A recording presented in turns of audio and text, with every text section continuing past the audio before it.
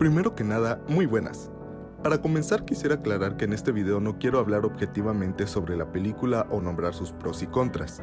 Simplemente soy una persona la cual ama incondicionalmente la obra desde el primer momento en el que la vio, que al ver los mensajes que quería transmitir junto con las secuencias con los que se les acompaña, no pudo hacer otra cosa que no sea quedarse maravillado y llorar por el choque de emociones que se manifiestan al verla.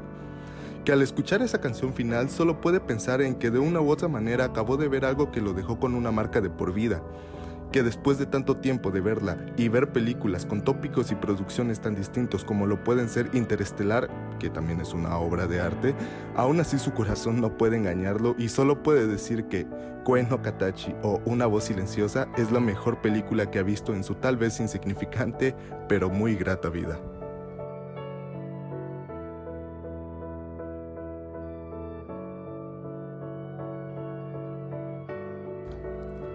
Dependiendo de la situación en la que puedas encontrarte actualmente o te hayas podido encontrar en el pasado, puedes empatizar más o menos con la película, pero lo que es un hecho y no se puede negar es que el acoso escolar existe y ha existido siempre. Y el tratar de ignorarlo o minimizarlo puede traer consecuencias horribles para una persona. Es aquí donde se enfoca Koe no Katachi, en la historia en donde una niña con discapacidad auditiva entra a un colegio nuevo, un colegio en donde sus compañeros ya se conocían entre sí. Lo que ya nos pone en contexto, en que si para una persona adulta puede ser difícil el tratar de integrarse a un nuevo entorno, más lo es para un niño, y más si este niño sufre alguna discapacidad. Esta niña, llamada Shouko, intenta integrarse a su manera, a lo que sus compañeros también intentan incluirla, pero por las circunstancias les es difícil, pero nadie tiene la culpa, a fin de cuentas son niños, ¿no? Y esta es una experiencia nueva para cada uno de ellos. Poco a poco empiezan a excluir a Shouko y en algunos casos a hablar mal de ella. Es aquí donde un compañero de clase llamado Shoya empieza a hostigarla y a llegar incluso a agredirla físicamente. Esto ocasionado por el desconocimiento a una persona que es diferente a él. El desconocimiento a una persona con una discapacidad.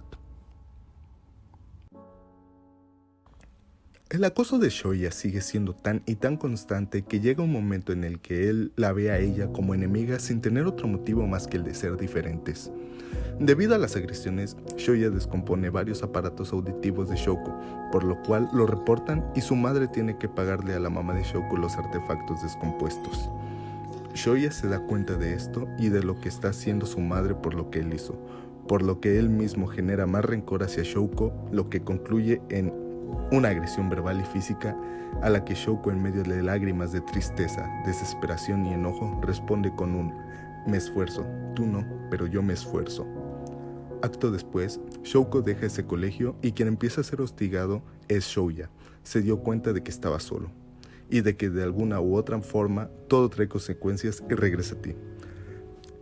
El fin de este video no es contar la historia como tal, así que obviamente no se contarán todos los sucesos de la película y habrán detalles que se olviden o se omitan, pero el fin de este video es explicar los mensajes de esta película, al menos los que yo logré interpretar. Tiempo después nos enteramos de que Shoya, al pasar de los años, ha sido marginado en su colegio por su pasado, el cual él mismo sabe que no se puede cambiar.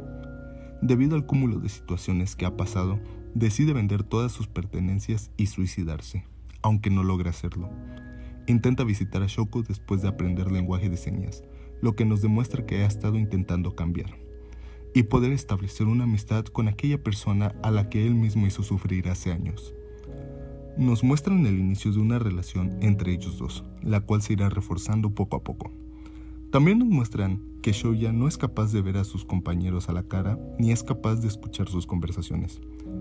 Por azares del destino, logra conseguir su primer amigo y conocer a la hermana pequeña de Shouko, donde nos muestran que su madre le sigue teniendo rencor. Logra conocer a más personas y hacerlos sus amigos, por lo que ya es capaz de escuchar sus conversaciones y verlos directamente a la cara, empezando por su primer amigo. Poco a poco se va consolidando una amistad entre aquellos niños que en un pasado no se habrían imaginado serlo, al menos de una parte.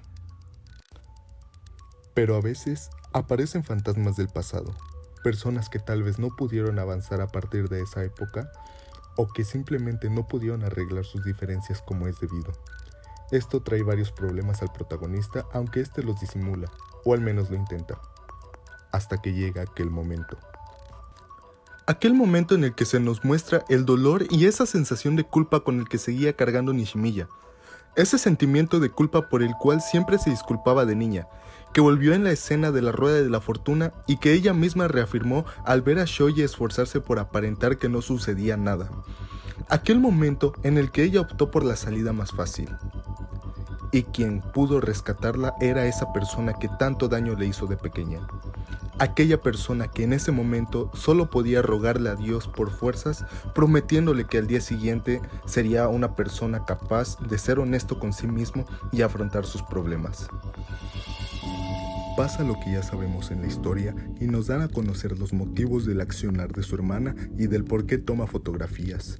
Nos muestran que, aunque el accionar de Ueno no sea el correcto, se preocupó y cuidó de Shoya en todo momento en el hospital. Vemos un acto de humanidad de Shimada a pesar de todos los problemas que tuvieron y somos espectadores del cambio que provocó todo esto en Nishimiya. Después de todos los acontecimientos posteriores, como su charla en el puente y su charla con sus amigos, vemos ese plano en el cual camina por el festival quitándose las manos de sus oídos y al fin pudiendo ver a las personas a la cara. Esto nos da a entender que al fin pudo perdonarse él mismo y dar su paso para salir adelante. ¿Y con qué nos quedamos de esta obra al final? Con aquellas partes en las que sin necesidad de decirlo explícitamente nos lo están diciendo todo, absolutamente todo. Como es en la escena en la que se pregunta qué es ser un amigo o en la que él mismo se pregunta si tiene derecho de divertirse tanto, dándonos a entender cómo se sentía el personaje y el peso de la culpa que él carga que lo hace pensar que él no debería estar ahí. Con aquellas escenas en las que Shoya cantando dice que incluso los monstruos tienen corazón, o la charla de la abuela con Yuzuru que sirve para sacar adelante a una niña.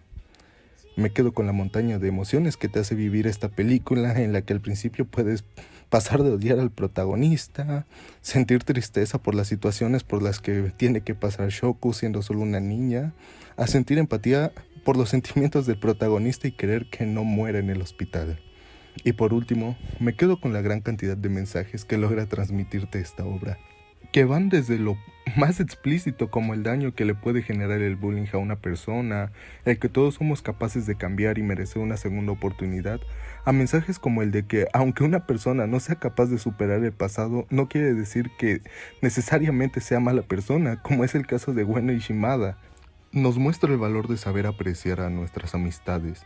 Nos muestra que a veces, para superar un error, es necesario empezar por perdonarse a uno mismo, o que a veces no somos capaces de darnos cuenta del esfuerzo que hace una persona para poder encajar, o salir adelante, así como el esfuerzo que hacen algunos de nuestros familiares por nosotros, y los sacrificios que tienen que hacer por nuestros errores.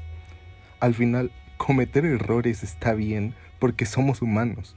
Lo importante es aprender de ellos y saber cómo afrontarlos. Claro que pude haberme pasado muchos detalles por alto y claro que el manga es muchísimo mejor que la película, pero creo que aún siendo resumida en una obra de 2 horas, logra transmitir aquello que la autora quiere otorgarle al espectador. Y para finalizar, puede que hayas vivido o estés viviendo una situación parecida a la de esta película, así como puede ser que no. Puede que te hayas sentido identificado con algunos personajes, así como puede ser que no. O puede que te haya parecido buena la película, así como puede ser que no.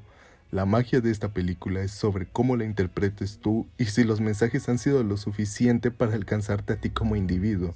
Y ya sea que estés pasando por alguna situación o no, tal vez, solo tal vez, esta película pueda ayudarte a cambiar tu percepción sobre algunas cosas o incluso ayudarte a cambiar tu vida. Muchas gracias.